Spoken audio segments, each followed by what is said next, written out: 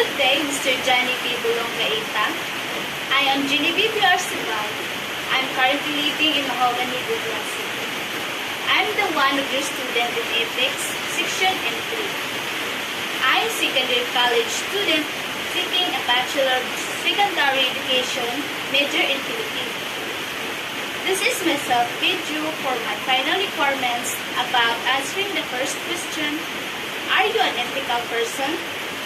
But first, before I'm going to answer the question, I'm going to discuss how can we determine whether or not a person is ethical. So most of us would say it's be able to tell difference between right and wrong.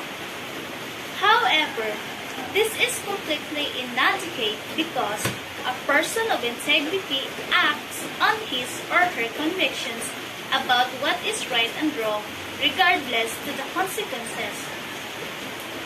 There is a distinction to be made between knowing what's the right thing to do and actually doing it.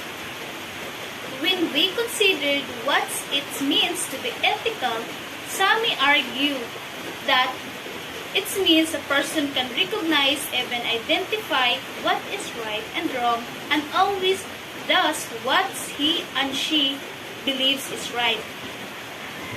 Well, the idea of an ethical person being someone who understands the differences between right and wrong is a good definition.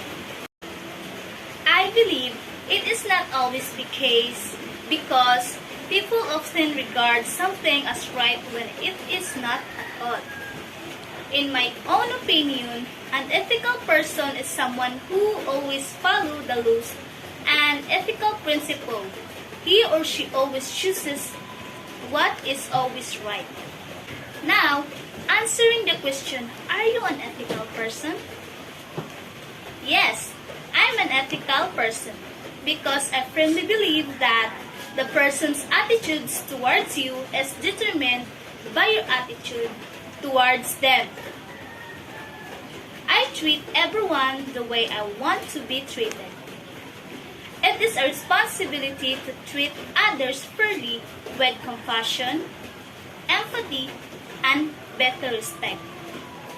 In addition, I considered whether my action may jeopardize the right of others. In today's society, especially in college campuses, we increasingly see students attempting to stifle free speech with a speaker expressing an opinion that offends them, which occur frequently today owing in part to our entitlement culture, then our actions have consequences. Before posting comments on Facebook and tweeting, people who use social media to vent against others rarely considered how their action and words may affect others. Those who consider the consequences do so with the intention of upsetting others rather than expressing one's objective point of view are initiating a productive dialogue. Furthermore, I am responsible for my action when we make a mistake in life. We should accept responsibilities for our actions. Promise to never do it again. Apologize to those we have harmed and follow through on our ethical intent to do better by being a better person. We learn from our mistake and progress in a positive direction. Performance, truthfulness rather, is a virtue, and it along with integrity constitutes the most fundamental ethical standard. I'm always amazed at how little people understand what it means to be truthful and ethical. One of the most difficult challenges we face in life is deciding whether or not to admit our mistake when confronted with them. We are adverse to admitting mistakes and flaws in our judgment. Many people covered up bad behavior in order to silence critics. Of course, that is really the case. When you start telling lies, you're taking the first step down the proverbial ethical slippery slope, and there may be no turning back. A lie breeds another life, and deception becomes the dominant behavior. Being an ethical person also entails taking responsibility for one's actions and not covering them.